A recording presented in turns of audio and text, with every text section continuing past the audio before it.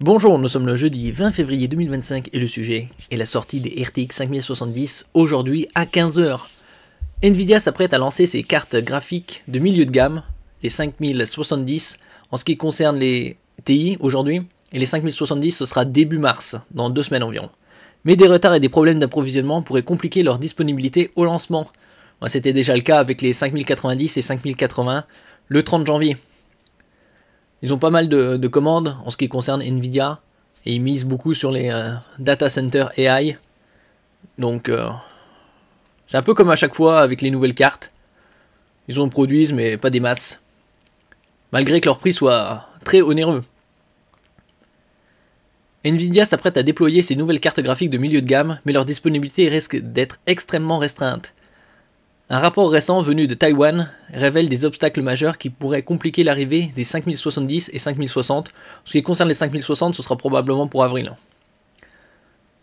Entre une production chamboulée pour un récent séisme et des performances mitigées, ces modèles pourraient décevoir avant même leur sortie.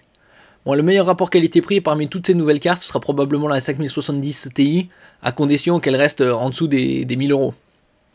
N'oubliez pas de vous abonner pour plus de news sur le monde de la high-tech ainsi que les bons plans, également sur mon Twitter et en description sous toutes mes vidéos. Vous pouvez les retrouver dans mes playlists. Un démarrage sous pression. La GeForce RTX 5070 est censée faire son apparition le 5 mars. Ça c'est pour la 70, en ce qui concerne 70 Ti, c'est aujourd'hui. Des performances loin d'être révolutionnaires, car si les benchmarks de la RTX 5070 ne sont pas encore disponibles, les tests de la RTX 5070 Ti le sont. Elle affiche certes de solides performances en 1440p, c'est-à-dire QHD, et en 4K avec la mise à l'échelle, mais l'amélioration générationnelle par rapport à la RTX 4070 Ti Super reste modeste, avec une augmentation moyenne d'environ 16,6%, donc un sixième plus performante. Cette progression limitée, combinée à un prix de lancement proche des 900 €, a conduit certains experts à estimer que la carte n'offre pas un rapport performance-prix suffisamment attractif. Bon, ça dépend des budgets. Bien évidemment, il faut sauter une génération. Si vous avez une 4070, passer à une 5070, ça vaut pas trop le coup. En revanche, passer d'une 3070 à une 5070, le gap, l'écart est bien plus important.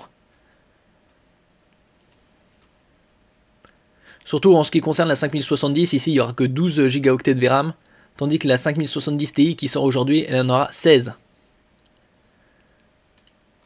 Et ici on peut voir ça, je mettrai les liens en description, à partir de 15 h aujourd'hui. Merci pour votre écoute et à la prochaine.